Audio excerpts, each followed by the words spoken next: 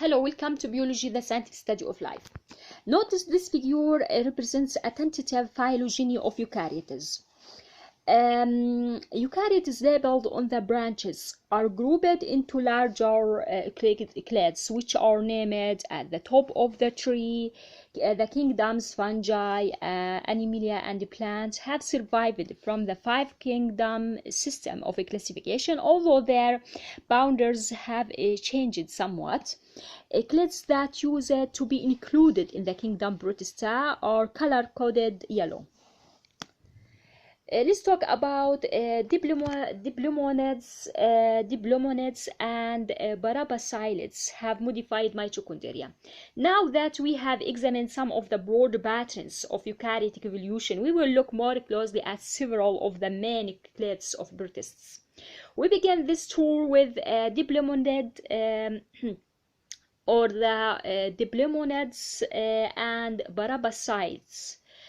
Barabacyla, the Barabacylids protists in these two clades lack plastids, and their mitochondria do not have DNA, electron transport chains, or enzymes that are normally needed for the citric acid cycle. In some species, the mitochondria are very small and produce cofactors for enzymes involved in ATP production or in the cytosol. Most Diplomonads and Barabacylids are found in anaerobic environments.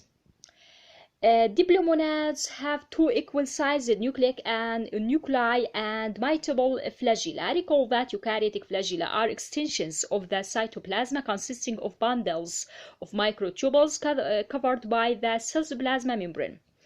They are quite different from prokaryotic flagella, which are filaments composite of the globular protein flagella and attached to the cell surface. An infamous example of a diplomonad is Giardia intestinals, a parasite that inhabits in the intestine of mammals. People must often pick up Giardia by drinking water contaminated with feces containing the parasite in a dormant cyst stage. Drinking such contaminated water from a seemingly pristine stream or river can cause severe diarrhea and ruin a camping trip. Boiling the water before drinking it kills the cysts. Barabacylids include the protists called Trichomonads. The most well-known species in Trichomonas vaginalis, a common inhabitants of the vagina of human females. T. vaginalis travels along the mucus-coated lining of the reproductive and urinary tracts of its host by moving its flagella and urinary tracts of its host by moving its flagella and by undulating part of its plasma membrane. If the normal acidity of the vagina is disturbed, the T. vaginalis can outcompete beneficial microbes and infect the vaginal lining. Such infections, which can be sexually transmitted, can also occur in the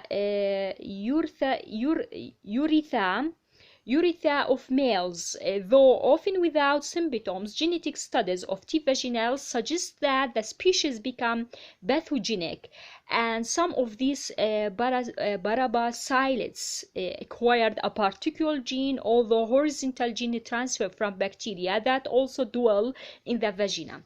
The gene allows T. vaginalis to feed on epithelial cells, resulting in infection. Euglenozoans have flagella with a unique internal structure. Euglenozoa, the euglenaz or euglenozoan is a diverse clade that includes predatory heterotrophs, photosynthetic autotrophs, and pathogenic parasites. The main feature that distinguishes protists in this clade is the presence of a spiral or a crystalline rod of unknown function inside their flagella. Most euglenozoans also have disc-shaped mitochondrial crista.